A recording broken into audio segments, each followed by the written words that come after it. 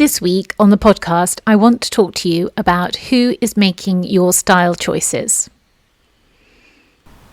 This is the Stylish Wellness Podcast with me, Sarah Banks.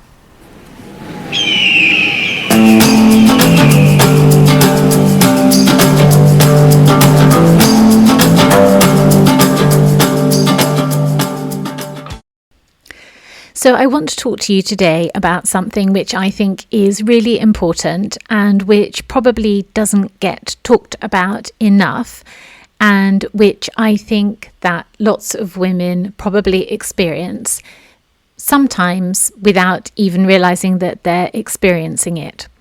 And I don't know how to summarize it in one word, but the way I want to explain it is, are you making the style choices that you make for yourself, or is someone else actually running the script in your brain?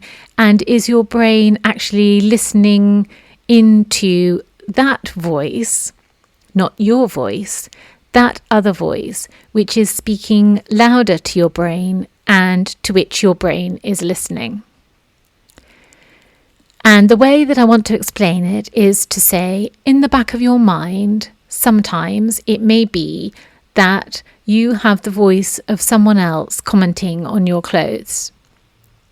It quite often is a family member, like it could be your mother or your sister or an aunt. And quite often they come across as critical without perhaps meaning to be critical, although I know there are some experiences that women have had where other women are intentionally critical. But I think often when people comment, they're commenting because they're thinking that they want the best for you and that they know better than you do. And this is where all the problems arise. Because what I have learned is that other people do not know better than you do. And certainly the work that I've done on authority made me realise, and the run-up to the work that I did on authority was because I had this realisation that I was allowing other people to make the decisions in my life. I was bowing to what I considered to be their better judgment, but actually no one has a better judgment than you on your own life. And if you think that someone else does have a better judgment than you do on your own life, then that is where some work needs to be done, because we are in control of ourselves. We are lucky in this Western world. We have a great level of autonomy, and to give away that freedom is a very sad thing. And I could see how I was doing it in my work, but I didn't realize that I might be doing it with my style. And when I did realize that, it made for some very interesting thoughts in my head. So let me try and explain it so that you'll be able to work out for yourself who is running the script in your brain, and whether you are making your choices from a position of this is what I want to wear, or are you actually making your choices from a position of this is what somebody else thinks that I should wear. So somebody randomly said on a podcast the other day, are you choosing for yourself? This is how it all got started. There were other things going on in my brain, but it all triggered with this. And I thought that is a really interesting thought, because it comes back to empowerment and authority. And then I was thinking about the choices that we make to be the person that we want to be and why we're making those choices.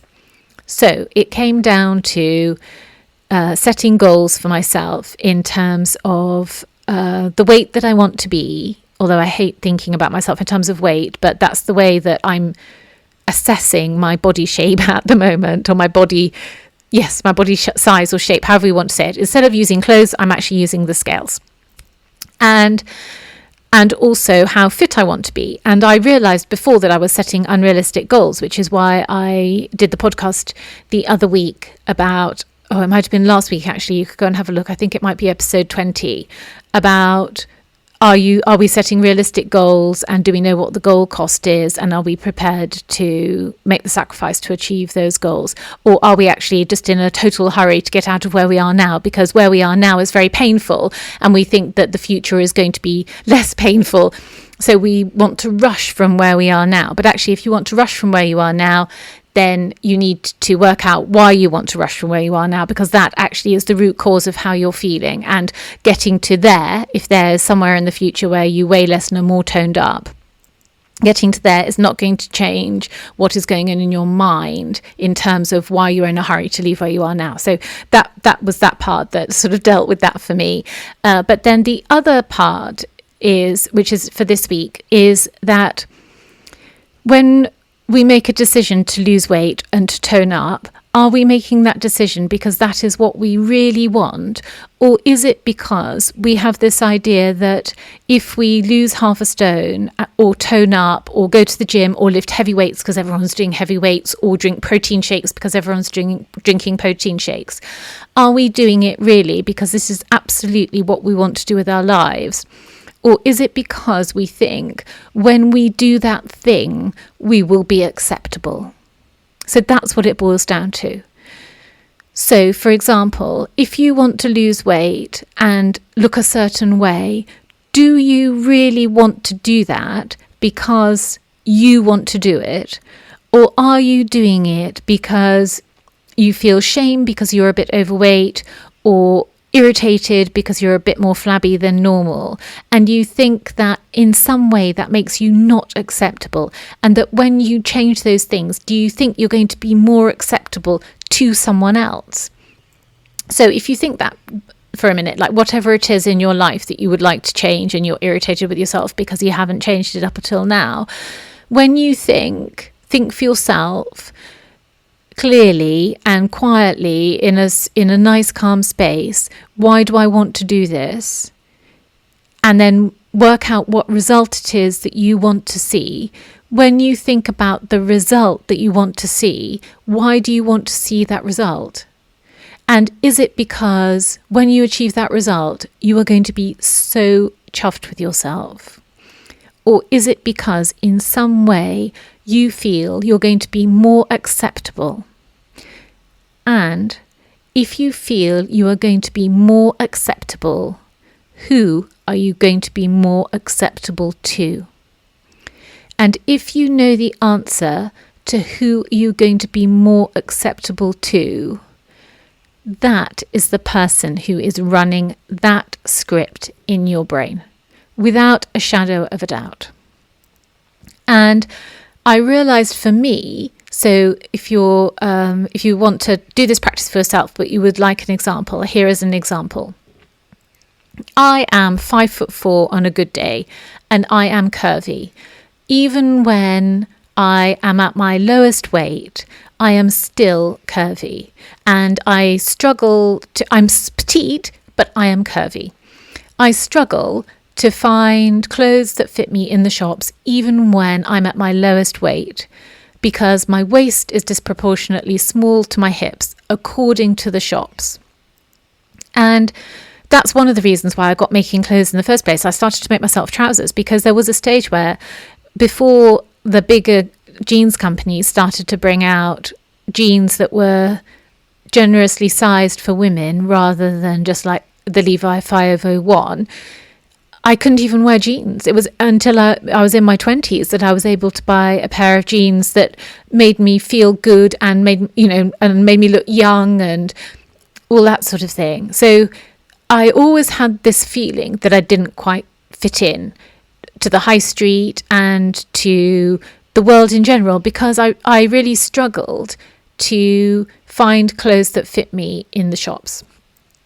And for a while, so I'm in my 50s now, and I am finding it more of a struggle to just maintain my weight and stay fit and healthy. And it's not necessarily because I feel my body is degenerating, although that could be the case, but it's also because I'm very busy in my home life and I'm really struggling to fit my routines in, and my health routines, and make sure that I've always got healthy food in, and that I'm always exercising. And I walk the dogs, but because I'm generally the one who walks the dogs, I'm struggling to find time to go for a run, which is something that I really love. And if I'm having a quiet week, of course I can accommodate all that, but at the moment I'm having very busy weeks and I'm really struggling to accommodate everything I would really like to accommodate. So when I was walking along yesterday, I applied this question to myself. Do I want to lose weight? Well, I don't really want to lose weight, but I do feel better at a slightly lower weight. And I would like to tone up because I don't feel very toned. But when I thought about making the decision for myself, I realised that in my head, I was thinking, even after all this time, I was thinking that if I lost the weight and if I toned up, I would look slim and not shapely, i.e., I would look like a magazine model. Not exactly like a magazine model, obviously, because even magazine models don't look like magazine models in real life. But I would look like that perceived ideal of everyday beauty, and that therefore I would be acceptable. So I was allowing the social world of this archetypal good-looking woman to run my script and not me run my script myself. And when I thought, well, would I really want to look like that? Would I really want to be straight up and down, no shape to me, no curves, no boobs, no hips, no bottom? Would I really want to look like that? And I realised that I didn't want to look like that. And I think that's the first time in my life that I've actually made a positive thought about my own body since adolescence. And I realised in that moment that I really want to look like me, and that if I'm toned up and lose a little bit of weight, and I don't always want to lose a little bit of weight, it's just because we've come back from holiday and I did eat and drink my way around France a little bit, so I want to lose a bit of weight and tone up. But I want to do that for me because I realised that the choice that I want to make is that I want to look like the best version of me. And I want to stay looking like me with all my curves and be the most toned version of me. And that I want to feel really proud of myself. I want to feel happy in my body because I love my body and accept my body. Not because I think that when I conform to some ideal of what the magazines think that I should look like, that I will be happy. So that's where I realised that I am not always making choices for myself, even though I think, I'm very onto my brain and able to work out what I'm thinking. I realised that actually in this area that I wasn't thinking that way at all. So do this exercise for yourself. For me, it's always best if I do these kind of thoughts when I'm out walking the dogs or doing something, when I'm outside because if you're just sitting at a desk thinking, right, I've got to think this through, then it's very hard to. But take an example of an area to do with your personal style that you would like to change and ask yourself what result you want, and then ask yourself, is that really the result that I want?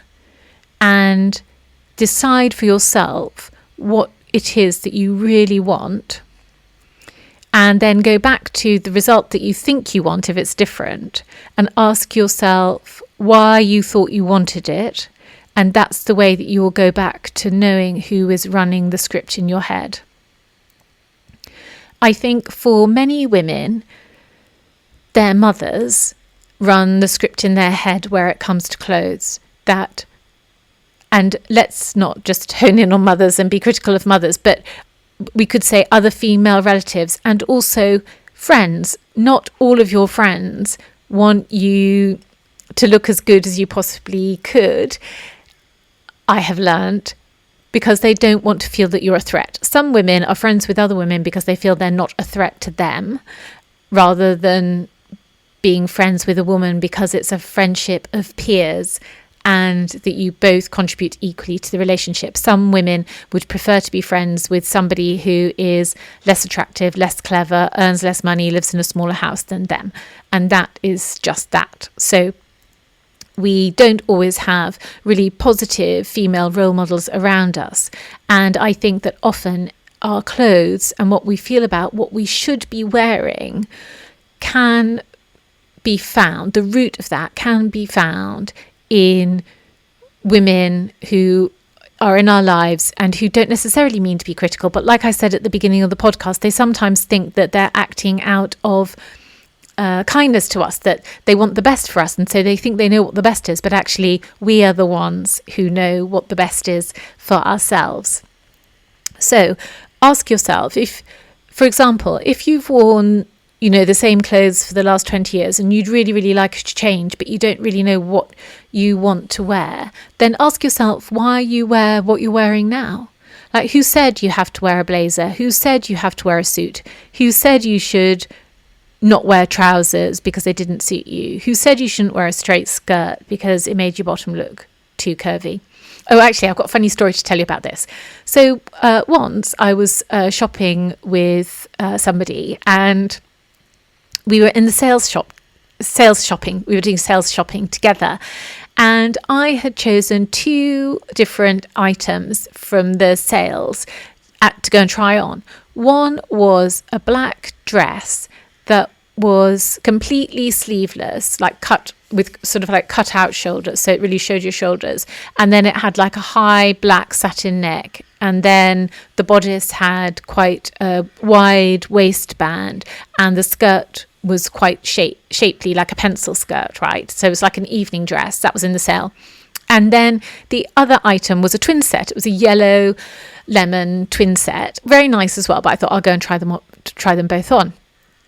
And the person that I was with had said that they would treat me to something for my birthday, which is very nice. So I went to try the dress on, and I went to try the twin set on. And there was this guy sitting waiting for his wife by the entrance to the waiting room. And I came out in the black dress, tried it on, went out, tried the black dress on, absolutely loved it, and felt really, really good in it. And the person that I was with said, oh, that's okay. I said, okay, fine, I'll go and try the other one on. And so I put the twin set on, went out, and the person that I was with said, oh, that's really nice. You should definitely have that. And I think I was a bit taken aback, because I think I actually did feel I looked better in the dress, and I really liked the twin set, but the dress was sort of exciting, and it was gorgeous. Anyway, it was going to be a gift, so I went with the twin set. And as I came out, the person that I was with said to me, so what are you going for? And I said, the twin set. And she said, oh, great. And she just beetled off to go and do something. And then I paused and I looked up and I caught the man's eye. And he said to me, I liked the dress. It was so funny. I went, me too, and walked on. And I mean, that's just it in a nutshell, isn't it? Total people pleasing, totally giving my authority away, and totally letting someone else run the script. And you know what? I thought I was doing it out of kindness. I thought that's so kind of them to treat me to something for my birthday, and let's all be happy. But actually, I felt really sexy in that black dress, whereas the twin set is much safer. And that's something else that I've realised about my style over the years, which is that I've sort of dumbed it down a little bit and not been perhaps overtly sexy. Not that I want to be massively sexy, but I don't feel like I've been as womanly as I could have been, because I feel in a way that I need to be a good girl and need to behave myself and need to conform and need to set an example. And after I was thinking yesterday about my body shape and the fact that actually I don't want to look like I thought I wanted to look. I want to look like me, but the most toned version of me. It reminded me of this story about the 2 different items and how I had not gone for the one that I wanted. And yes, the 2 tied up in my mind yesterday. So that was very funny. Anyway, so back to you making style choices for yourself. It is really vitally important that you make style choices for yourself and that you know who is running the script in your head, because it is your life. And it may seem like a small thing that, my father never liked me in pencil skirts, that kind of thing. That might be a small thing. I'm keeping him happy by wearing an A-line skirt that covers my knees, all of that kind of thing. It's not good. Clothing is self-expression, and clothing is freedom. And that is a really wonderful thing. And today we can wear much more is acceptable for us to wear than it ever used to be. And we should just really take advantage of all of that. I mean, I can remember when I first started work back when I was sort of 19, 20, I didn't realize what the clothing requirements were. In fact, I didn't even know that there was such a thing as clothing requirements in the workplace. And I went in one day in like my smartest outfit, actually. It was red trousers with a jumper that went with it and a really, really nice scarf. And I'd bought them all together and I really loved the outfit. And this was at a time where I really struggled to find things in the shops that fit me. And the fact that I could find those trousers and they fit me on the waist and fit me on the hips and made me look great was really wonderful. I was so chuffed. Wore them to work, felt amazing. And this older gentleman who was very senior in the organisation, he said to me, "Trousers in the office, Miss Banks." And I realised that I wasn't supposed to be wearing trousers. And then it was only then that I looked back and thought, gosh, none of the other women wear trousers. They all wear straight skirts over the knee. It was very, very, very interesting. So I didn't wear those after that. Not to work anyway. So yes, it's really vitally important. And the most important thing, though, that I really want you to get out of today is to be able to understand who is running the script in your brain. And it's usually by going to the decisions you've made and working out why you've made those decisions, and then asking yourself who would approve of that decision or who would require that decision, or who did you make that decision for. That is the person who is running the script in your brain. And my final thought on this for today is that it is really important that we become the person that we have been created to be, that you become the woman that you have been created to be. And for all of us, that creation process is a process. It's a journey. We don't just wake up. We're not just born and we are us and that is the end of our self-development process. Yes, we're born and we are us, but we're born with a whole package of characteristics, traits, gifts and talents that we put to really good use in this world to develop the person that we really are. And people have a tendency to try and stop us from being who we are, usually in the name of protection or concern. But it is really important that we become the woman that we have been created to be. When my father was dying, this is quite a few years ago now, the summer that he was dying, we basically moved to the north of England for a couple of months to be near him. And one day I was sitting in the hospital and he was asleep and I was just sitting in the waiting room. And I started twiddling with my hair. And you know how girls do. They like twiddle with their hair. And I don't know why, but I'm just doing it now. I'm twiddling my hair. They always get into trouble for it. Why do girls get into trouble for twiddling their hair? It's actually quite nice. I understand why they do it, really. Anyway, I've never really done it before. I started twiddling my hair. I was just sitting there doing nothing. Then a little bit later, I was sitting outside in the garden, the hospital garden, with my dad. I was just nice and relaxing and the sun was out. It was a summer's day and I started twiddling my hair. And literally 30 seconds after I started twiddling my hair, he said, "Why are you twiddling your hair?" I said, "Oh, I don't know. It just feels quite nice, really." He obviously didn't like it, and I stopped. The next day, I was in the garden with my mother, and I started twiddling my hair. I was thinking, oh, I'll twiddle my hair. And literally 30 seconds into the conversation, she went, "Why are you twiddling your hair?" And I know it's only a really small example, and I don't mean to pick on my parents and be critical. It's just that it made me realise how much I did to avoid their criticism.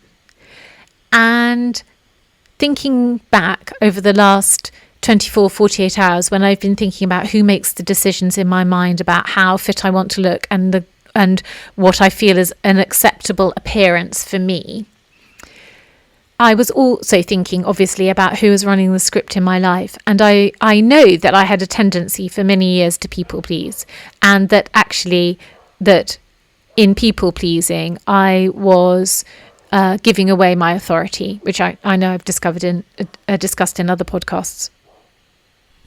So quite often that journey to giving away your authority, which is resulting in someone else making your style decisions for you and your body decisions for you, has started very much earlier, maybe back in your childhood or your early adulthood or your adolescence, and could quite often start with people pleasing or playing a small game or whatever coping mechanisms you might have. That is often the root of why you are not making decisions for yourself right now. So, to put it back to you and the choices you're making about your style, after this podcast is over, I want you to take some time, please, just to think about why you make the decisions that you do with your clothes, with your appearance, with your attitude towards exercise and living a healthy life. Just ask yourself why you do what you do. You don't have to write it down, you don't have to journal, but you can if you want. For me, it was just going on a walk and thinking about the choices I make and why I'm making them. And when I thought about why I wanted to tone up and what results I thought I would get. For me, the penny dropping was the results. So what result did I want? I wanted to be slimmer and toned up, and in my mind I saw myself as sort of a very androgynous model looking figure, and I thought, oh, that's interesting. Is that really how I want to look? And then I realized that actually I want to look like myself. I don't want to try and be someone else. I want to be the best version of me. So maybe that would help for you as well, to go through in your mind why you make the style decisions you do, why you make the health decisions that you do, if they're things that you want to change, and what result you think you're going to get from them when you achieve whatever it is you want to achieve.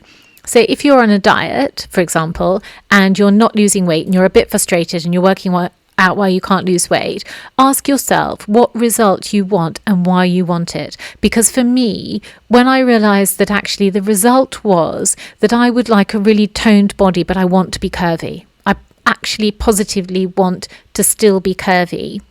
That's where everything fell into place for me. So maybe that would be the same for you as well. What result do you want in your life? So if you're dressing in a certain way and want to make a change to how you dress, and you asked yourself, what result do you want to see in your own life? If the result that you want is that you want to wear interesting clothes to express your individuality through those clothes, then that is the result that you want, right? Now, who is it that wants that result for you? Is it because you want that result, or is it because someone else wants that result? Now, I would suspect that if your end result is that you want to be a creative version and a self-expressive version of yourself, that result probably is driven by you. But say, for example, that you think that your clothes aren't smart enough, and that if you got a few more suits in your wardrobe and some more smart trousers and a smart jacket, that you would be acceptable and look like you want to look. And the result is that you want to look really smart, and you ask yourself, why is it that I want to look really smart? If the answer is because that is what is accepted of you, or because that is how women in my family dress, then it's not you making the decisions for yourself. And ask yourself if you want that result for yourself. Now, if you still want to look smart and well dressed and well turned out, then that's brilliant. But the way that you achieve that might be different to the way you're going about it right now. So your current version of what you think constitutes smart might be a trouser suit, a skirt suit, and a formal blouse, for example. But if you realise that actually someone else was running the script on that result, but you still wanted to look smart, then ask yourself what that smart looks like. And it could be very different. It could be shift dresses. It could be a mini skirt. It could be a full length dress. It could be shorts, a silk shirt, a tank top, and a blazer. I mean, that could look really smart. Not everyone can carry it off, but it could look really smart. More than just working out what you're thinking and what goal you want and whether you are driving that goal, ask yourself what result you want from that goal, and then ask yourself if that is the result that you want. I think that's probably I hope that would get you to being able to work out who is making the decisions in your brain about what you wear and who actually is running the script, because it might not be you. So I hope you found that helpful. I have found it just really, really super. I feel like it's just made me want to be me instead of making me want to run from being me. And that has been a really, really joyous thought to experience, and it makes me feel very excited to be me. And it makes me feel, actually one of the things it makes me feel is that age is not an issue. And that is really beautiful, because there's so much in the press, both good and bad. I mean, certainly on Pinterest, I'm starting to get a little bit irritated with dress your age over 40, dress your age over 50, dress your age over 60. It's all a bit like, oh, for goodness sake, you know? What do I mean by for goodness sake? It's all a bit, it's just for clicks. But at the same time, we're reading it. So when we see it, we're thinking, oh, is there a way I should be dressing? Am I not dressing the correct way? And so I think this question of going back and asking ourselves what results we want and whether those are actually the results that we want or whether we want different results are really good, because it's really freeing. Whereas when I see titles, it's okay to see a few pins that are about dressing your age. I think that that's good. If someone's got positive contributions to bring to that conversation, then I'm all for it. But quite often it seems like it's just a bit clickbaity, just to get you to click on the blog and sign up for something. And I just don't really like that massively. And also it starts to make you feel inadequate. Oh, I'm not dressing the correct way. And I think these thoughts are much better thoughts to have. What goal are you going for? What result do you want? Is that consciously a result that you actually want, or do you want a different result? And I'm not going to discuss that here because I've gone on for long enough. But there is always a goal cost. I think I've mentioned this in one of the other podcasts. It might be the last one. There is always a goal cost. So which is like the downside, the hard work to your goal. So it's wonderful that you want to lose weight, tone up, and have a wardrobe full of clothes that you absolutely love, and a capsule wardrobe that you wear on a regular basis, and everything is wonderful. The goal cost of that is you're going to have to get a little bit organised, and you're going to have to be disciplined with what you wear, and you probably can't roll out of bed and just wear your tracksuit bottoms, not if you want to look good every day. So there's always a goal cost involved, and I think that you're more likely to tolerate your goal cost and actually embrace it when the goals and the results that you want are in line with you. So I think that perhaps it could be that the reason why you're not losing weight, not toning up, not wearing the clothes you want is because actually the result you want isn't the result that you actually want. It's actually the result that someone else wants, and that's not a high enough value for you to pay the goal cost. There, I've said it. Actually, I've just included it in the podcast. So there you go. The goal cost. The goal cost to your goal and result. So that is the podcast for this week. You and who is making your styling choice, and how do you know? And I hope you've really enjoyed it. I think for me, I found it really helpful, and I hope you do too. So take yourself off somewhere quiet and ask yourself what your goals are around your personal style and wellness, and what results you expect from those goals, and whether those are results that you really want, or whether you actually want to see a different result in your life. So have a great week, amazing women, and I look forward to seeing you here this time next week. Bye for now.